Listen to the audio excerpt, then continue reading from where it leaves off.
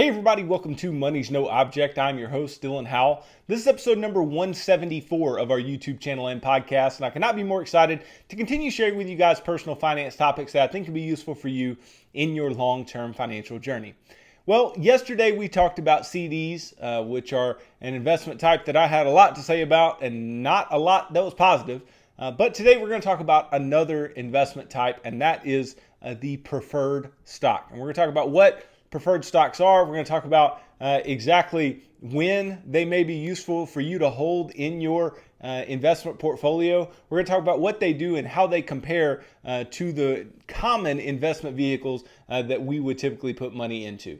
And so just stick around for all that and more in today's episode. But before we get started, if you could go down below, hit the big red subscribe button, like this video, leave me any feedback in the comments down below, and I'll be sure to respond to anything you leave down there. If you're listening on Apple or Spotify podcasts, then be sure to subscribe and leave me a review on either one of those platforms.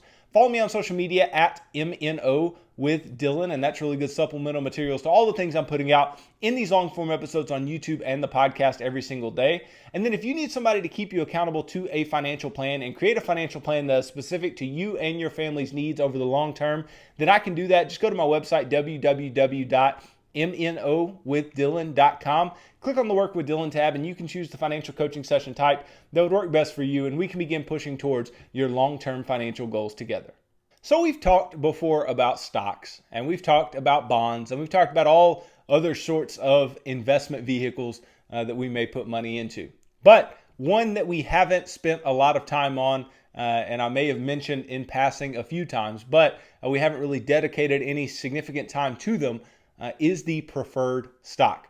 And the preferred stock really sounds like it would be something that you would want to hold over just some normal stock, or the common stock as we call it, right? But that's not necessarily the case. A preferred stock is just different in form from the common stock, and we're going to talk about all the ways in which that is true. But the preferred stock is a different security altogether than the common stock is, and differs in form in many ways, although they do have some similarities because they are both types of stock, right? And types of stock do have differing similarities that they may hold. But these are significant financial instruments. They are significant choices that you may have in your financial life as far as the investing that you do. And I want you to be well versed in what they are and how they work. And maybe you'll be better equipped to make the decisions as to whether or not they are something that could specifically impact your financial life in a positive way. So in essence, preferred stocks, they straddle the line between common stock and bonds. Okay, they have some characteristics of both, and they are typically referred to as hybrid securities because they are a hybrid of a bond and a common stock. And they do differ from each in very significant ways, and they do have some characteristics that aren't available to either one, but they exist nonetheless, and they should be something that we talk about. Now, in the same way that companies can issue common equity, right? So they can issue shares of stock into the market for individuals like you and I to purchase. They can do that, and they can issue debt or bonds into the market, and you and I can purchase the bonds and receive some return from the bonds. They can also issue preferred stock. And preferred stock is going to provide you a return in different ways than either stocks or bonds will. So, bonds, they pay you some fixed interest payment, right? That is the coupon payment. And then they return principal at the end of the life of the bond. That is just how a bond works, okay? And then stocks, obviously, you purchase them for some price, and based on the performance of the company, the price can either go up, it can go down, but it goes on forever. Whereas a bond is going to have some fixed maturity date at which the bond is paid off and ceases to exist. Well, a preferred stock is going to sit somewhere in the middle, where the biggest attractant of a preferred stock is the fact that you get a fixed income payment, right? So when you're talking about fixed income securities, preferred stocks do fall into that category because you are getting paid some fixed payment. But these are not the same in form as the interest payments that are getting paid by bonds. These are typically called preferred stock dividends, okay? And they are based on whatever the par value of the preferred stock is. But before we get too far ahead of ourselves, right, let's talk a bit about just some of the highlights of preferred stock and the different types of preferred stock that there are out there. And so preferred stocks, they have a flexibility of payments. So preferred dividends, they can be suspended. If the corporation has cash problems, they can suspend those dividends and not pay for some period of time. Whereas, with a bond, you have to keep paying or else you default and you're going to get taken to court by your creditors and or you're going to maybe have to file for bankruptcy if the situation's bad enough. But there's a flexibility to preferred stocks and they are easier to market, right? Preferred stock is typically bought and held by institutions. So it makes it easier to market during an IPO than with a common stock, right? Because common stocks can be heavily held by retail investors. The preferred stock is going to be heavily held by institutions that want some fixed payment. And so preferred stock is attractive to many people as it usually offers higher fixed income payments than bonds with lower investment per share, right? So you can invest less and make higher interest payments. And then preferred stockholders, they also have a priority claim over common stocks for dividend payments and liquidation proceeds. So what does that mean? That means that before common stockholders can receive dividends, preferred stockholders have to receive dividends, okay? And if the firm were to be liquidated, they were to file bankruptcy and liquidate, the creditors get paid first, then preferred shareholders, and then common shareholders, okay? So they do have a step up in the pecking order of securities in the market from just common stocks. And preferred stocks, they often have a callable feature that allows the issuing corporation to call back the preferred shares, meaning to purchase them off of the market in the same way that you can do bonds, right? You can call bonds at a particular point in time and refinance your bonds. Well, you can also refinance your preferred stock in a similar way. Now, rules from the IRS make it attractive for institutions to invest in preferred stock under what's known as the dividend received deduction. A U.S. corporation receiving dividends from a domestic company may deduct up to 50% of the income from its taxes if it owns less than 20% of that particular dividend payer. So if the corporation owns more than 20% of the dividend payer, it can deduct 65%. But however, the fact that individuals are not eligible for such favorable tax treatment should not exclude preferreds from consideration as an investment. So you can see why an institution may be extremely interested in holding preferred stocks because they can get this very, very favorable tax treatment on the interest or the dividends that are paid, right? But as an individual, you aren't going to receive that same tax treatment. But that doesn't necessarily mean that preferred stocks aren't a good investment choice or a good investment alternative that you may need to take into account.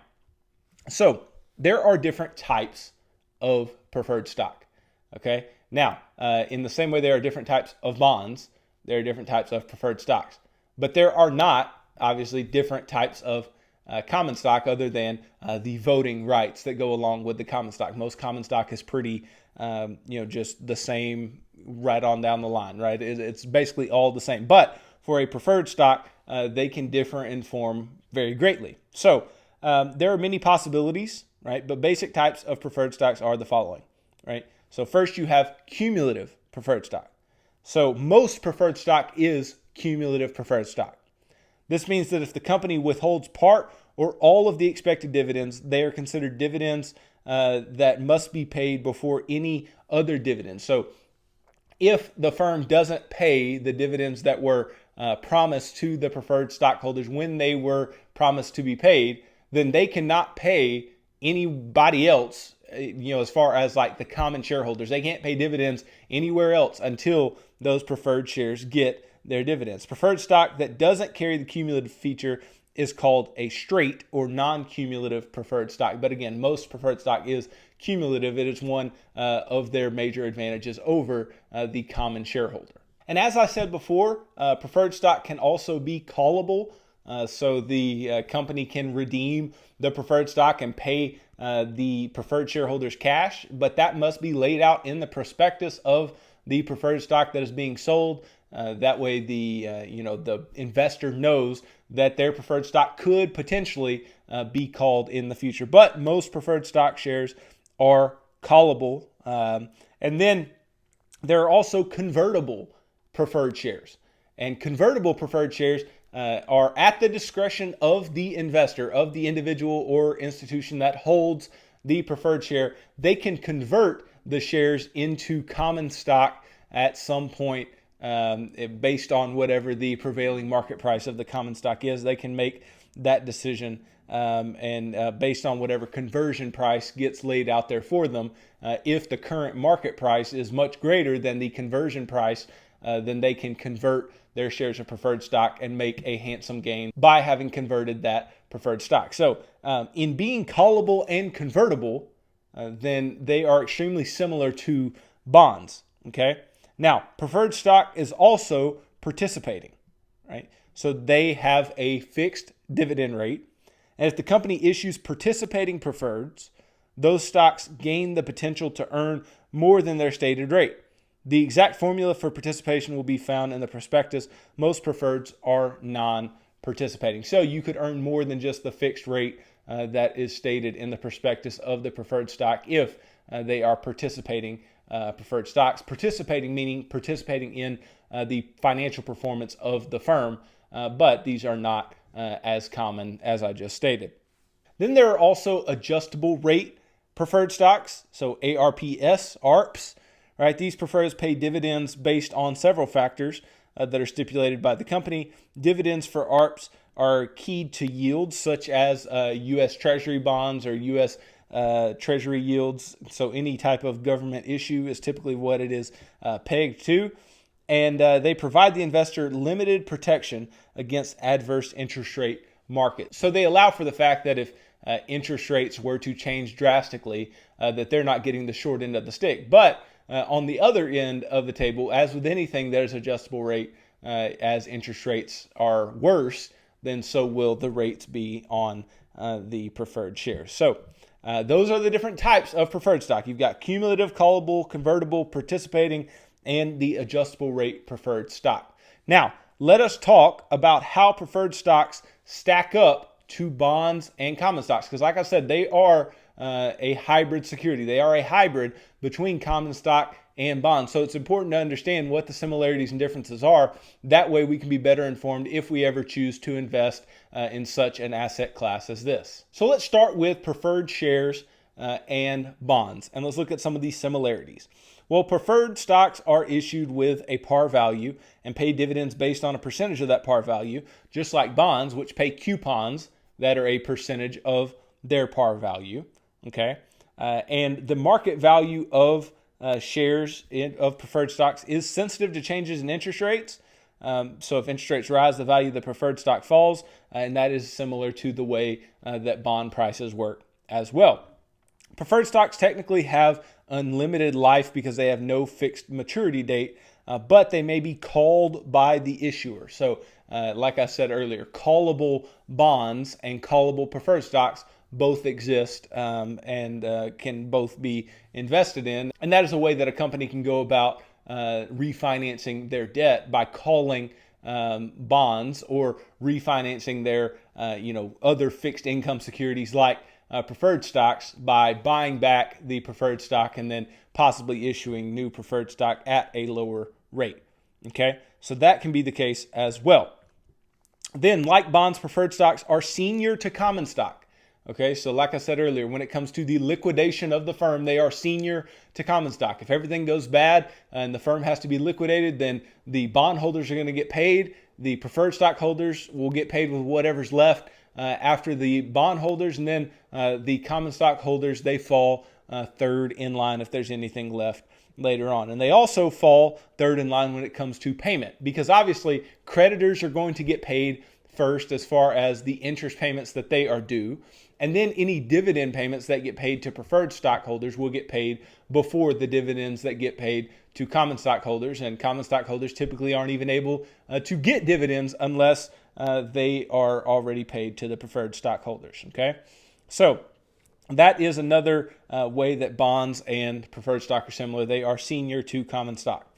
And then there are also convertible preferreds and convertible bonds, right? So we've got these different types of securities that they hold these same types of provisions, these convertible provisions. So you can convert both preferred shares and bonds into common stock if the prospectus of that particular issue says that you can. Okay, and so that is a provision that can give the investor the ability to take part in the positive performance of a particular company without having to take full risk into buying the stock in the first place. They can just hold on to whatever they have that is convertible and then convert when it is beneficial for them to do so. Now let's look at some differences between bonds and preferred stocks. Well, as observed earlier, preferred stock is equity while bonds are debt. Okay, so preferred stocks are still a part of the equity portion of a company, right? They are still part owners, even though they are not the true owners of the firm. The common stockholders are the true owners of the firm due to their voting rights, but we'll get to that here in a little while. Most debt instruments, along with most creditors, are senior to any equity, right? So bondholders will still be senior to preferred stockholders, even though preferred stockholders are senior to common stockholders. So preferred stocks pay dividends, and they last for the life of whatever the preferred stock is, which can go on as long as the firm wants to let it go on, whereas a bond has a fixed maturity and is going to pay fixed interest payments. Okay, and so it's going to differ just a little bit because the dividend payments aren't something that has to occur, but the bond payments, the creditors to the firm must get paid, right? The bond payments have to be made, or else there's going to be much interest in seeing what happens to that firm because they have to pay their creditors. Okay. Now, while preferred stocks are interest rate sensitive, they are not as price sensitive to interest rate fluctuations as bonds are. Their prices do reflect the general market factors that affect their issuers to a greater degree than the same issuer's bonds. So the price of the preferred stock reflects a lot more the firm's performance than would bonds, right? Bonds don't care as much about the firm performance because as a bondholder, you just care that you get paid whatever interest and the return of principal that is due. You don't care so much about performance, but as an equity holder, performance is the name of the game. And so the performance is going to have a bigger impact on the price. And then information about a company's preferred shares are easier to obtain than information about their bonds. This makes preferreds in general easier to trade and perhaps more liquid than bonds. I would corroborate that statement.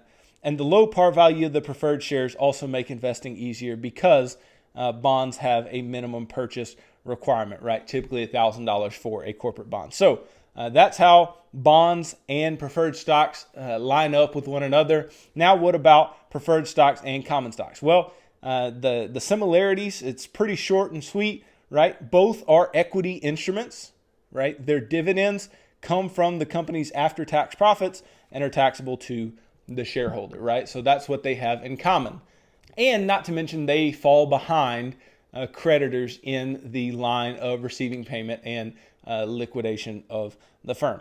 Now, what are the differences? Well, the differences are preferreds have fixed dividends, and although they're never guaranteed, the issuer has a greater obligation to pay them.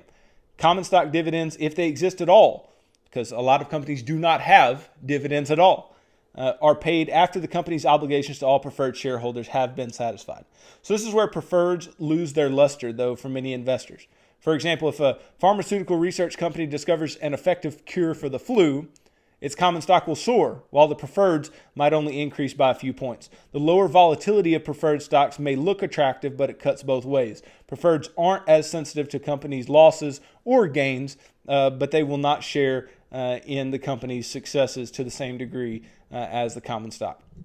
Whereas common stock is often called voting equity, preferred shares have no voting rights. And so this is a big distinguisher between common stock and preferred stocks, is that common stocks do have these voting rights. And that's why I called them earlier the true owners of the firm, right? They actually get to vote on who the board of directors are going to be. They get to vote on mergers. They get to vote on all these different types of things, whereas preferred shares do not have these voting rights. Now, there are preferred shares that can be set up that have provisions to where if they don't get paid their dividends, then they can get voting rights, and that is a provision that that can be extremely useful to preferred shareholders and allow them to have a voice if they are not being paid in the way that they should be paid. And so, but by and large, there are no voting rights for preferred stocks. Common stocks still have voting rights, and obviously, common stocks, the firm's performance just drives a common stock.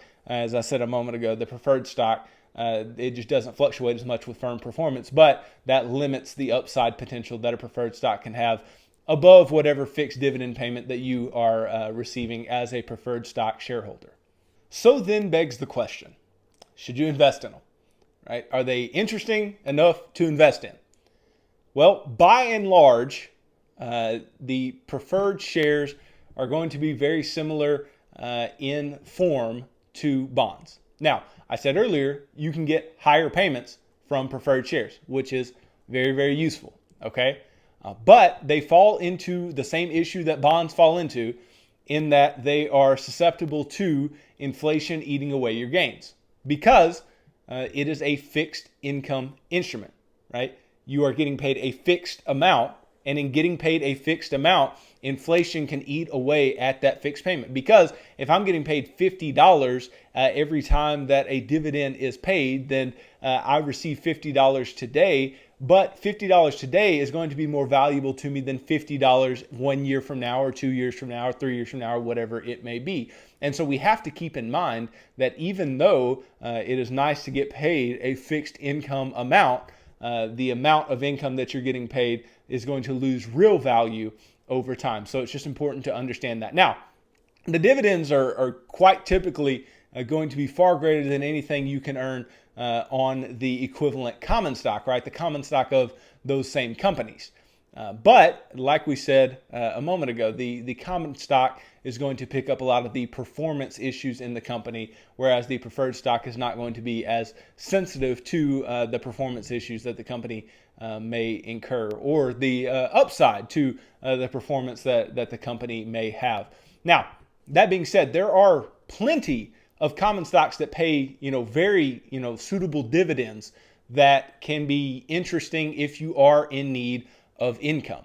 Now, then the question comes, okay, when are we in need of income? Well, we are in need of income typically when we retire. Retirement is the biggest place in which income is needed. Now, I don't think that you should hold a large portion of preferred stocks, or bonds for that matter, as you lead up to retirement.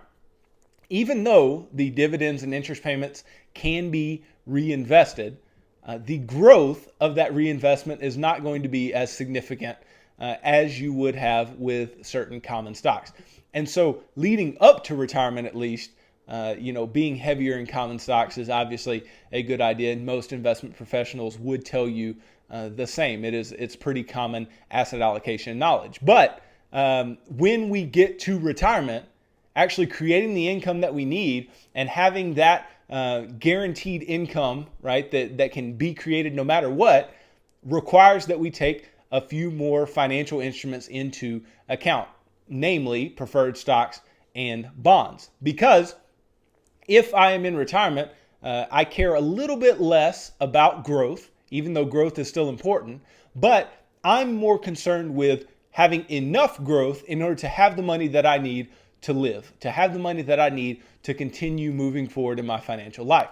Well, all you have to do is you just have to take whatever the dividend on a preferred stock is, or dividend on a common stock, or interest payment on a bond is, right? And see, okay, if I invested this much in there, and let's say it's a 5% dividend payment, then how much would I get paid, right? And you can really determine if preferred stocks can play a part. And I think preferred stocks can play a part in creating income for you in retirement. But even though they pay a little better than bonds, we know that given liquidation, they aren't guaranteed to pay you, right? You're not guaranteed to get paid in liquidation. Really, nobody is, but you fall second in line behind bondholders.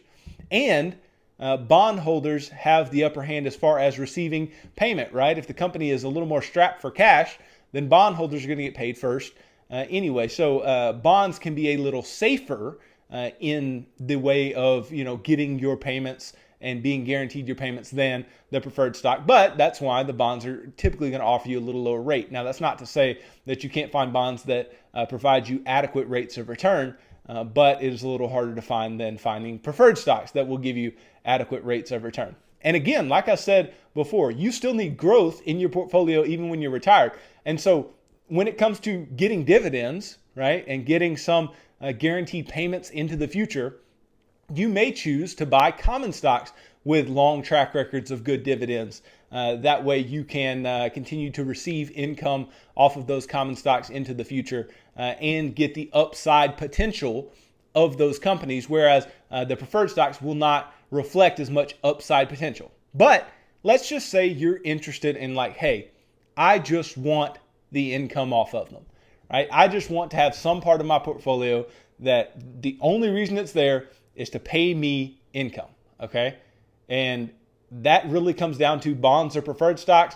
Well, preferred stocks are going to provide you a higher rate of return, even though, like I said a moment ago, there are a few trade-offs there. So I do think preferred stocks can be useful in that way. But I don't think you can ever say that preferred stock issues are more valuable to us than common stock issues, because the upside potential of common stock issues are far greater. And we know that diversified groups of common stocks over time are going to provide us with fantastic returns. Now, diversified groups of preferred stocks over time can still provide good returns, but those returns aren't going to be what the common stocks are, because they are not a part of firm performance in the same way that common stock returns are. So if you're looking for dividends, you can look at preferred stocks if you want income. But I would say if you are in a place where you are needing to grow your money for the future and get an adequate rate of return, preferred stocks aren't great for doing that. Now, if you're just trying to get a little more diversification in your portfolio, maybe taking a little bit of risk off from all of the common stock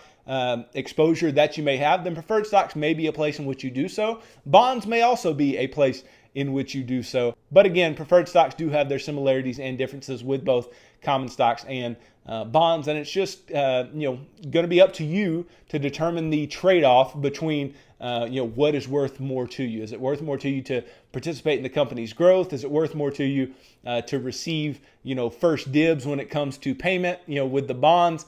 Or do you just want payments that are higher, but you don't get to play as big a part in the performance of the firm, and you're not guaranteed to get paid upon liquidation or if the firm stops making dividend payments. And so there are just plenty of things to balance out there and plenty of decisions to be made. But I don't think that preferred stocks are bad investments. I think they can be good investments depending on what the issue is. But obviously, we don't want to just be putting all of our nest egg into one preferred stock. In the same way as you may do with common stocks, you might find a mutual fund that holds preferred stocks that pays an adequate dividend to you, or you may just buy a diversified group of preferred stocks of companies that will be able to stick around into the future. And you can do the same thing with common stocks if you are looking to create dividends and the income from dividends, and maybe even buying some bonds and getting the interest from the bonds in retirement. So I think in retirement is probably the best time for preferred stock,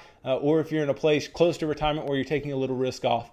But just be aware of what preferred stocks are and what they are relative to stocks and bonds. Make the best decision for you, and just pay attention to what the potential rates of return could be relative to common stock, because they are going to lag common stocks, even though they may beat a bond issue. And so it's really up to you. It's up to the type of portfolio that you want to build. But I don't think they're bad investments, and I think they can play a useful part in helping you to reach your long-term financial freedom goals. So thanks for watching this video. If you could go down below, hit the big red subscribe button, like this video, leave me any feedback in the comments down below, and I'll be sure to respond to anything you leave down there. If you're listening on Apple or Spotify podcasts, then be sure to subscribe and leave me a review on either one of those platforms. Follow me on social media at MNO with Dylan, and that's really good supplemental materials to all the things I'm putting out in these long-form episodes on YouTube and the podcast every single day.